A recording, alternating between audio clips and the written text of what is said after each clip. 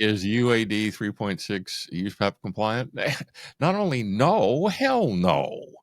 No appraisal form has ever been USPAP compliant. Originating from deep inside the Rocky Mountains, transported through the power of the internet, and arriving inside your tiny earbuds. It's the AppraiserCoach podcast, helping appraisers increase their efficiency, quality, and make more money. Here's the guy who makes it his life's mission to create value for real estate appraisers nationwide. Your host and the Appraiser Coach, Dustin Harris. All right, my friends, welcome to the Appraiser Coach podcast. My name is Dustin Harris, and I am the Appraiser Coach. And with me, as always, my good friend, Mr. Tim Andersen, the Appraiser's Advocate. Welcome, Tim. Welcome, Dustin. It's great to be here with you. I appreciate the opportunity, and it's good to see my friend again. Likewise, my friend. It's always good to see you. And wanted to dive in today, if you don't mind, Tim. Normally with the Dear USPAP Instructor episodes, we talk about specific questions, answer specific questions from listeners. I want to divert from that today, if you're okay with that. Let us. Yeah, let's divert. I want to talk. So I just got back from Val Expo in Vegas. Of course, fun time had by all. It's Vegas after all. But of course, the big topic of discussion at Val Expo this year is the biggest change that appraisers have seen in many, many years, maybe ever, and that is UAD 3.6. And I'd like to dive into that with you today, if that's okay. Let's dive. Okay. Let me set this up by saying I heard a lot of appraisers talking about, I'm just going to say it bluntly, leaving the industry when UAD 3.6. I had many conversations with, and this is not ageism, it just is. This is fact. Most of them were quote unquote older, been around a long time, who told me that, Dustin, when UAD actually comes out, when the new UAD 3.6 actually comes out, I'm gone. I'm done. That's the last time I do an appraisal. I know you coach a lot of individuals, counsel, and talk with a lot of appraisers as well. Are you seeing a similar sentiment, Tim? Oh, yes, Dustin, without question. Now, you are a mere child compared to me chronologically. But sure. I find UAD 3.6 exciting because it is a change. Sure. And if I were still involved in that end of the business, which is, I'm not, I would be all over this because I think this is a great opportunity to be where other appraisers, for whatever reason or reasons, are not willing to go.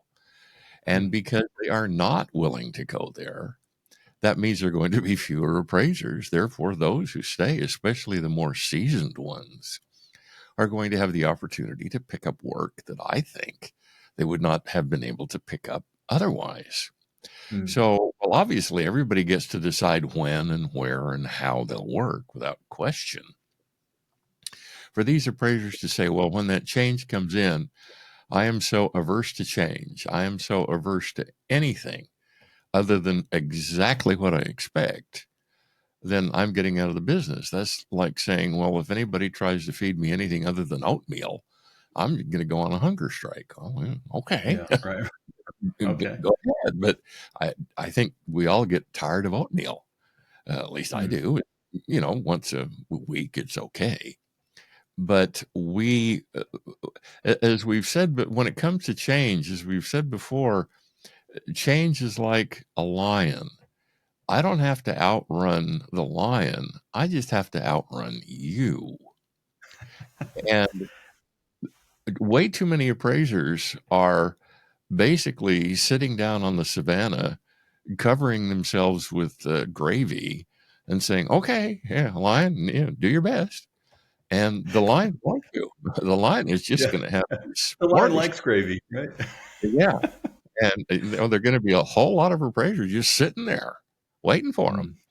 But I think, Dustin, that is short-sighted. And I think it is self-defeating.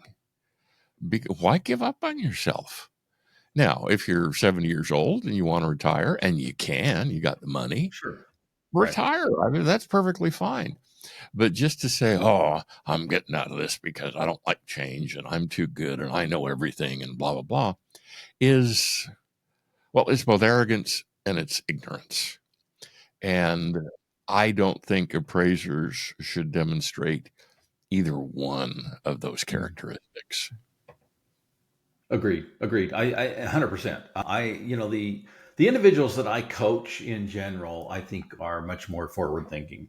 In fact, it was a bit of a eye opening experience to be at the Val Expo and be exposed to individuals that are, maybe a little different mindset than my typical client would be. Meaning, most of the individuals that I coach, I think, are similar to you, Tim, in the sense that they see change as an opportunity. They see change as a welcomed difference to break up the monotony, if you will, of what they've been doing for many, many years. But again, it's more about opening up the lines of opportunity because some people will be moving out of that space, but simply to be, like you said, a little ahead of the next person, right? The lion analogy that as long as they are making the change, they don't have to be perfect in their, the way that they do things, but they need to be ahead of the curve and on top of things. It was a bit eye opening to me to talk to appraisers who, I'll be honest with you, Tim, some of them had that attitude and some of them were not that old. If you will, and because it was such a big change, and because they didn't want to disrupt their business model, they were talking about getting out as being the easier path to success. Which I don't begrudge anybody who's willing to get out. Right? I've coached many people over the years who I said to them, you know what, this probably isn't for you, right?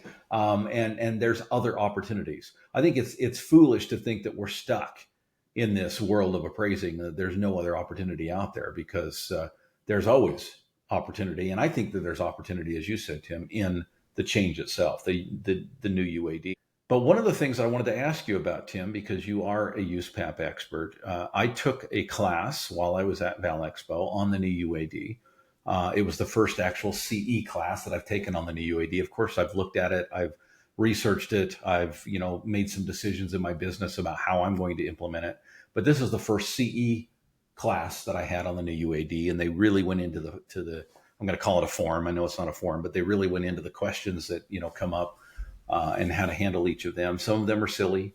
The idea that I've got to measure the porch and how high the elevation is. Okay, whatever. Some of them are, routine. But one of the things they didn't talk a lot about, Tim, surprisingly, was USPAP. So I'm gonna throw you a bit of a softball here because I know the answer to this question. The question, Tim, is the new UAD 3.6 ready for USPAP, or is USPAP ready for the new UAD? Okay, I don't know if USPAP is ready for the new UAD. That's up to the Appraisal Standards Board, and so far they have not asked me to be part of their consultation, so I haven't been. Okay. Your I'm sure it's question, coming. Phone call's coming, Tim. I doubt it. And you and I will go into that in private. Is UAD 3.6 USPAP compliant? Not only no, hell no. No appraisal form has ever been USPAP compliant. It's not the software vendor's job to comply with USPAP. It's the appraiser's job to comply with USPAP. Therefore, however appraisers choose to fill out UAD 3.6, however they choose to fill the fields, however they choose to explain what it is they've done or now didn't do, that language, that scope of work will indeed have to conform with USPAP. And therefore, that means that appraisers are going to have to understand USPAP. And it's my experience that that is not a common characteristic.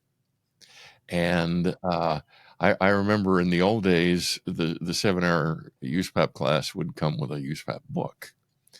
And that book was it wasn't electronic. It was a book, and it was wrapped in plastic. And when the day was over, I'd watch most of the students leave the class with the plastic still intact on the book. I thought you said they were going to put them in the round file cabinet as they walked out the door. Well, they probably did that once they got home. Right. But USPAP exists independently.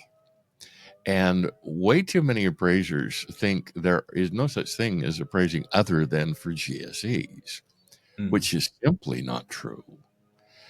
And for example, courts. You're doing an appraisal for a divorce. Is the judge going to get all excited about USPAP? No. But if the other side can successively point out gaps in your knowledge of USPAP, gaps in your execution of what USPAP requires, then yes, they'll bring that up. And then the judge is going to look at the certification, and the certification says, hello, I followed USPAP. And the judge is going to say, but Dustin, you didn't follow USPAP. And you're going to say, well, and the judge is going to say, well, okay, Dustin, go home. And then it's going to get real hard when you submit your invoice to get paid, because basically you lost the case due to your inattention, inadvertence, and lack of due diligence. And judges don't get real excited about that, and neither do the attorneys who hired you. And I can guarantee you do that once and you're not going to get hired again. Whereas you get on the stand and it's obvious that you are familiar with USPAP, you're comfortable with USPAP, you wrote your report in compliance with USPAP, you performed your analyses, etc., in compliance with USPAP. Then what's going to happen is that other attorney who gives you such a hard time on the stand is going to call you next week and say, hey, you did really well. I want you being my expert witness in the next divorce I do. So knowledge of USPAP is more than mere knowledge of USPAP. It is a way to gain the public's trust. And if the public doesn't trust what we do, if the public doesn't trust how we do it, if the public doesn't trust why we do it, then society demand for those services will evolve to include other than appraisers. So we say, well, the AMCs have ruined the appraisal business. Well, maybe they have, maybe they haven't. That's up to debate. But did we let them? Did we, when they started making stupid demands of us, did we stand up and go, no? Well, sometimes we did, but a whole lot of times we didn't. And I'm reviewing some work right now. The AMC has made some demands saying, and this is a USPAP violation. Well, there are two problems. Number one, it's not up to the AMC to decide whether the appraiser violated USPAP. That's up to the state appraisal board. And number two, it's clear that the reviewer for that AMC has no clue what's in USPAP, because what the reviewer called a violation of USPAP doesn't even exist in USPAP. So we are our own agents. We are in charge. And unless and until we are willing to take charge of real estate appraisal, other people will, other entities will. And rarely is that going to turn out well for us. Yeah. You know, we're talking with Tim Andersen. He is the appraiser's advocate. And when we get back, Tip, I want to get into a little bit of detail on what you like about the new UAD versus, what might concern you specifically from a USPAP expert standpoint. First, want to pause and remind each of you that we're sponsored by a couple of great companies. One of them being TrueTrax. Folks, TrueTrax has made some big changes in the last couple of weeks. So if you checked out TrueTrax before, I highly recommend that you check him out again. Here's what's going on. TrueTrax has combined Spark, Synapse, and TrueTrax together into one package to do some amazing things to help you to be a better appraiser, folks. And I'll tell you what, the price point is ridiculously low for the ROI. First of all, you get a 2-week free trial. So check it out. If it's in your area, which it's in like 95% of the nation right now, if it's in your area, you need to check them out. And then it's $99 a month, folks. A month, not per report, a month. Check them out by going to truefootage.tech/tools. We are, of course, sponsored by Working RE Magazine. Had an opportunity to rub shoulders with my good friend, Mr. Isaac Peck, in the Val Expo. And folks, he's doing a wonderful job over there, making sure that appraisers are in the know when it comes to their profession, appraisal. Folks, if you are not on their free, yes, it's free. It doesn't cost you anything. Their free email newsletter, you need to be. Check them out by going to workingre.com. Again, it's workingre.com. Finally, we are sponsored by a new company called True Home Tracker. Folks, if you are looking for a replacement for ANOW or any other software that you might be using to track your orders and keep track of things, but you want not just an order tracker, you want a whole business system. Folks, this new product is for you. I have been using it for about 6 months now. I could not be more happy with the time and energy that it saves me, with the analytics that it gives me, with the ability to be able to be a business owner again. Again, the name of it is True Home Tracker. You can find it on my website, TheAppraiserCoach.com. Go to the product section, scroll to the bottom, and click on True Home Tracker.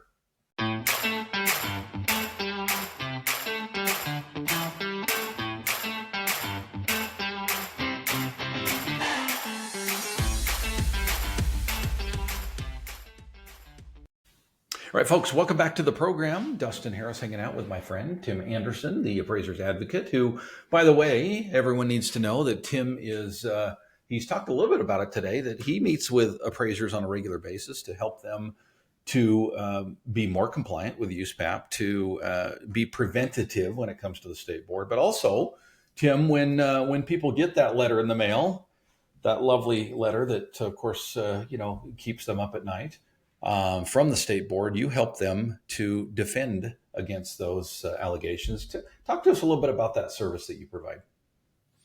Well, Dustin, many years ago, I met a fellow from Jacksonville who had just had a miserable experience with the state of Florida, although which he eventually ended up winning. And when he explained what was going on, this was a smart guy.